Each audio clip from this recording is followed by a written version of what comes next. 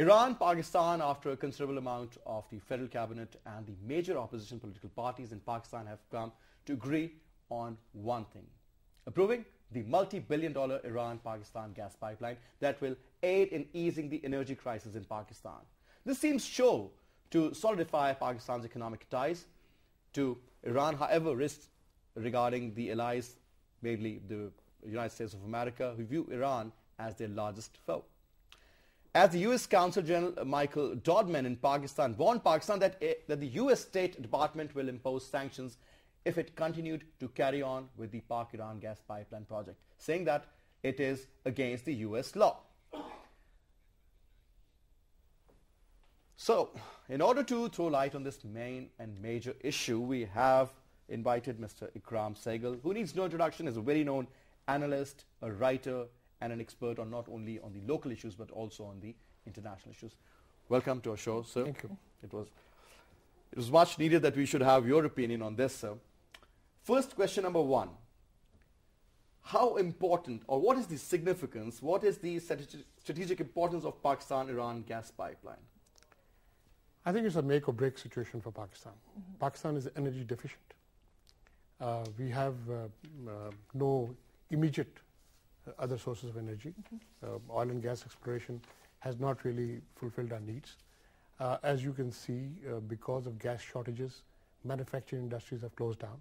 Because of that, that affects the employment cycles. Absolutely. That employs the economic cycles. And therefore, you have a situation where you may have near anarchy in the future. So therefore, the gas pipeline to Pakistan is a make or break situation. And there are no alternatives. Now, one of the alternatives given to India was the nuclear. I remember we used to talk about that Qatar pipeline project, and there was another from the central TAPI. TAPI.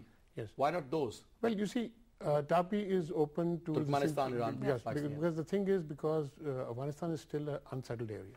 Totally, there's a civil war going down now. There is only a stretch which is in the north, the Uzbek area, which is, say, peaceful.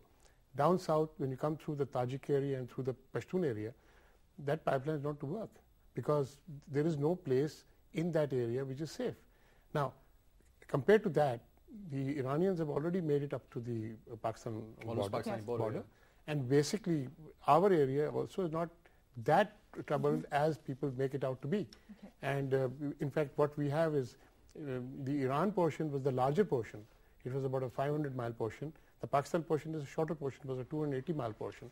So, and really, what it does is that it brings it from the border right up to this crossroads, and from the crossroads it goes, a pipeline goes up to Multan, and a pipeline come down to Karachi. But do you think it looks to increase energy politics in the area, alienate the US, who have invested billions into Pakistan, to help us with the energy crisis here? Well, the US has invested billions in Pakistan, and one must be grateful for it. The US has invested many more billions in Afghanistan and got nothing for it, right? No. From Pakistan, let us put it very bluntly, for every Afghan soldier that has died or wounded, 15 Pakistani soldiers have died and been wounded.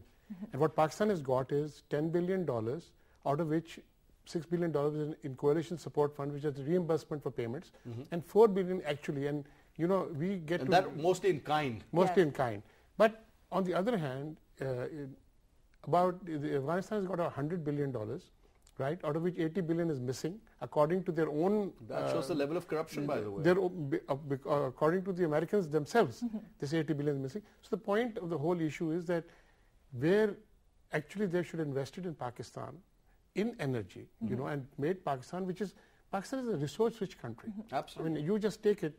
We have got the second largest copper and gold reserves in the world. We've got the third largest cotton industry in the world. We've got the fourth largest coal reserves in the world. We've got the fifth largest milk producing country in the world, sixth largest rice producing country in the world, seventh largest wheat producing country. We are a nuclear power, and we have the means to deliver that power. So when you have all that, and then you have an energy deficient country, come on. Mr. Sehgal, those lines were so encouraging.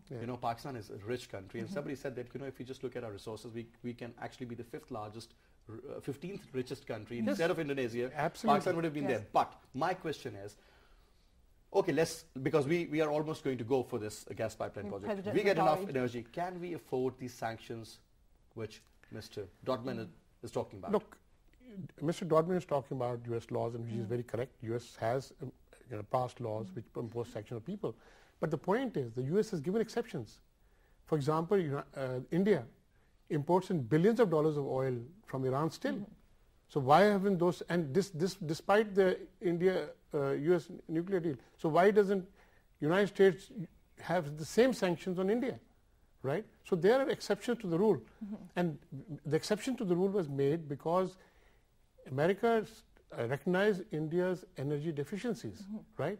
So the United States just has to recognize that Pakistan is energy deficient. Sir, they have signed a civil nuclear deal with India. Yes, all right. This project was known as IPI India, Iran, Pakistan, India gas pipeline That's project. right. Now that India portion is eliminated, it's IP. And we are very, frankly speaking, I'm very happy about it. Let the gas come to Pakistan and we make our industries self-sufficient. Absolutely. So do you think it will help boost Pakistan's economy, which is falling every year at a loss of 3.4% GDP? Look, I'm not an economist, but I can tell you very frankly, you will be going beyond 8% GDP if that gas line you hit it, because you've got industries which have closed down because of gas deficiencies, right? Your textile industry has been hit very badly. Your other industries have been hit very badly. Your, everything that you see, that you've got energy deficiencies. That energy deficiency is very important to the country. You cannot afford it.